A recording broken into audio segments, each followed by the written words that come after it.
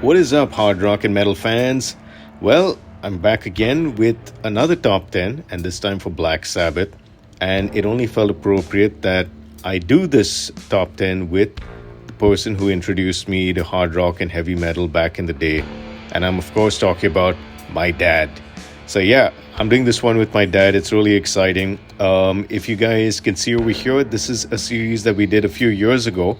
I've got the links in the description below. But I really want to hand it over to my dad and let him, share his thoughts about Black Sabbath and his top 10 songs of all time. And he is, guys, one of the OG fans. A kid from the 70s, someone who grew up listening to Black Sabbath, listening to all those albums coming out. How cool is that? And hearing it for the first time. So I want him to share his thoughts on everything. And once he's done, I'll come back with my top 10. But for now, here he is. Hello, everyone. My name is Srini, and I have been a hard rock heavy metal fan for well over 50 years. Yeah, you heard that right. That's 50 years. Or perhaps if we were to take Woodstock as the starting point, then that would make it 55 years. Now you can guess how old I am. Anyway, one of my all time favorite bands has been Black Sabbath. And I first heard Black Sabbath over 50 years ago when I've heard their eponymous Black Sabbath album. Now, you have to remember that in India, there usually used to be a time lag between when these albums were released in the West and when they made their appearance here in India. And when I heard that, I was hooked. This was a band with an absolutely fresh sound and a completely different approach towards hard rock music. Now, what's also interesting is that while I have been a faithful fan of theirs for well over 50 years, among many other bands from that era, I'm also very proud of the fact that an even greater fan than me of hard rock and heavy metal is my son Rohan. Now, nothing makes a metalhead happier and prouder when his son appreciates the kind of music that he grew up with and he continues to like. Now, I was asked to name the top 10 Black Sabbath numbers, and that was a difficult task. Now, I thought a lot about it because it's very difficult to take their numbers and then crunch it into a list of just 10 songs.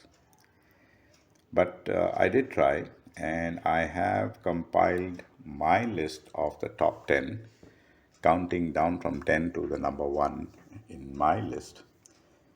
I hope you agree with my choices, and perhaps if you do, you will understand the reasons why I have selected them in that particular order. Basically, they had such a variety in their approach towards music. Their songs, their harmonics, the vocals were different in all of them. And it kind of, each one of them manifested the talent that they had, incredible talent that they had. Now, one thing that I wanted to make very clear here is that for me, Black Sabbath is the original lineup. Ozzy Osbourne, Tony Iommi, Geezer Butler, and Bill Lord. Sorry, that's Bill Ward. There have been a lot of other albums which have been released by under the name of Black Sabbath with Dio and a whole host of others, but in my opinion, they are proxies. It's not the original Black Sabbath. So forgive me if I stick to the original lineup and list out the top 10 numbers. So here goes. Figure out why I chose this and the order in which I chose them. I hope you agree with me, but it's my selection. So, starting number 10 is Supernaut. Number 9 would be Fairies Wear Boots. Number 8 is NIB. Number 7 would be Sabbath Bloody Sabbath. Number 6 is Changes. Number 5 is Tomorrow's Dream. Number 4 would be Warning. Number 3 would be Children of the Grave. Number 2 would be Paranoid. And for number 1, can we have the drum roll, please? Number 1 would be Black Sabbath. What do you think? Do you agree with me? Anyway, as long as you enjoy Black Sabbath, it doesn't really matter what your preferences or my preferences. We'll both agree that they are a fantastic band. And it has been a pleasure to be able to enjoy their music all these years. And I'm very happy that the generation after me also appreciates their music. Long live hard rock and long live metal. Keep on rocking. Take care till I see you the next time. This is Srini signing off.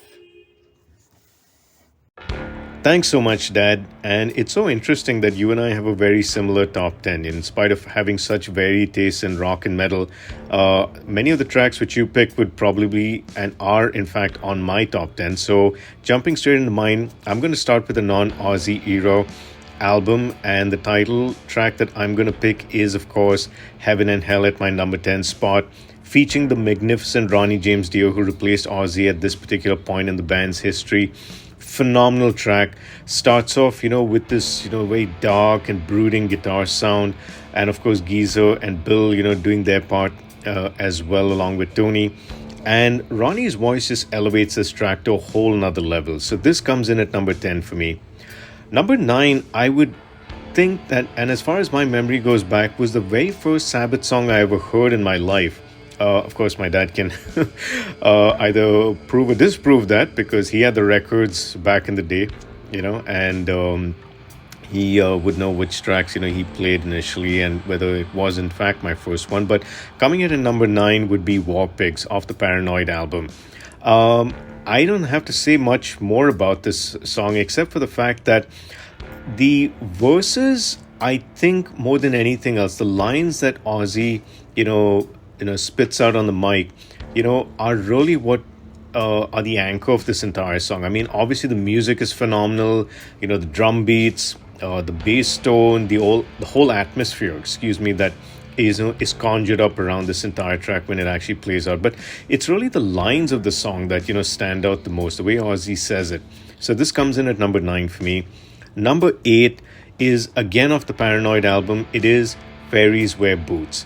And wow, I mean, this song has got such a cool swagger to it. It has a lot of variety in the way in which it moves. And it's got a groove also that I really appreciate. So this comes in at number 8. Number 7 is a song, again, that Dad and I both like. And it's a song that shows a very dynamic side to the band. It shows a different stylistic shift in Ozzy's singing as well. So coming in at number 7 for me is the song Changes off the Volume 4 record. Love this track. I don't quite get why some Sabbath fans, diss this track and call it, a weak track and say it's one of the most rubbish tracks that Sabbath has ever produced. For a lot of us fans, it is one of, the best things that they've ever produced. But I guess to each his own, that's fine. Everyone is allowed to have their opinion. Some people prefer other ballad type tracks like Solitude off the Master of Reality album, or maybe even Planet Caravan off the Paranoid album as well, or even instrumentals like, say, Fluff off Sabbath Bloody Sabbath, right? But the truth is that Changes is a very dynamic track and something that, has a lot of deep meaning behind it. You can sense a remorse in terms of the way this whole track or the vibe of this track as well.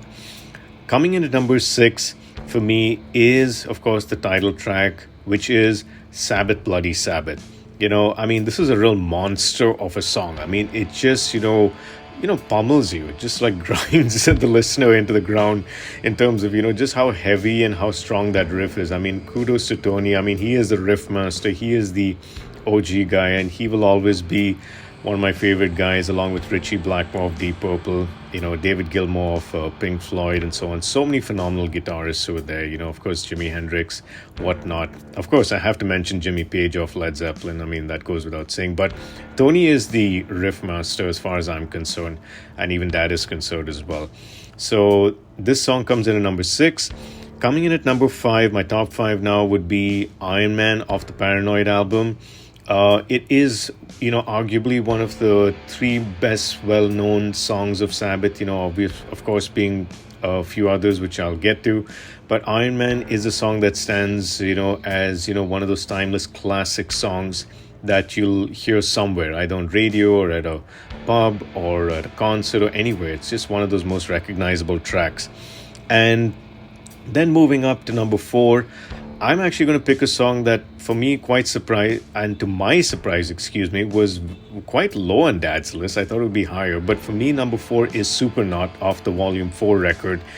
It is so catchy. It is got, this almost dance feel to it. Now, of course, I'm not trying to, have people scream bloody murder, like how could you say dance and Sabbath together? But it just got something that really makes you want to move, I mean, this is a song that, has got not just the riff, but it's also got this amazing interlude section, this middle section, which has got Bill, really going for it on his drums.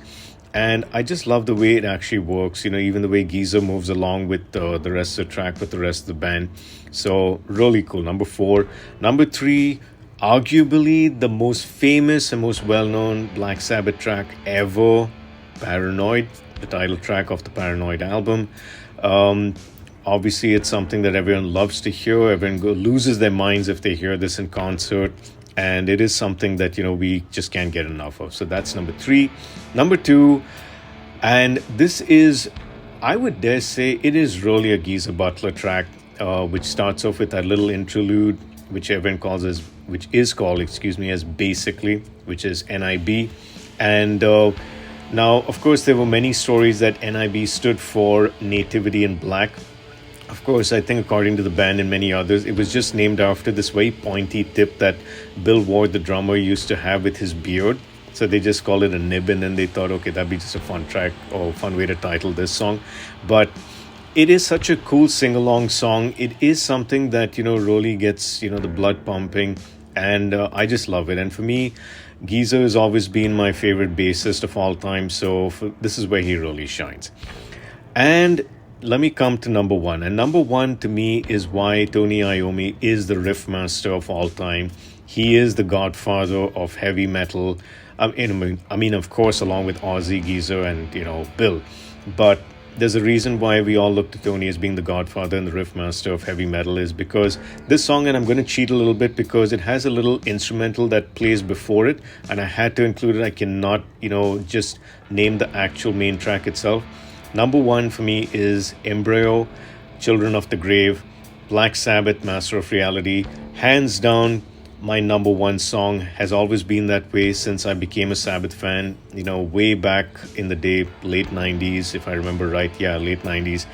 And this is a song that, will always stand out as, the most phenomenal one. And it is the template of anyone who wants to know what heavy metal is. I say, listen to Children of the Grave. It's the same way when I say, what is the, first learn a guitar riff, or what is the defining riff of hard rock or rock? I always say Smoke on the Water by Deep Purple.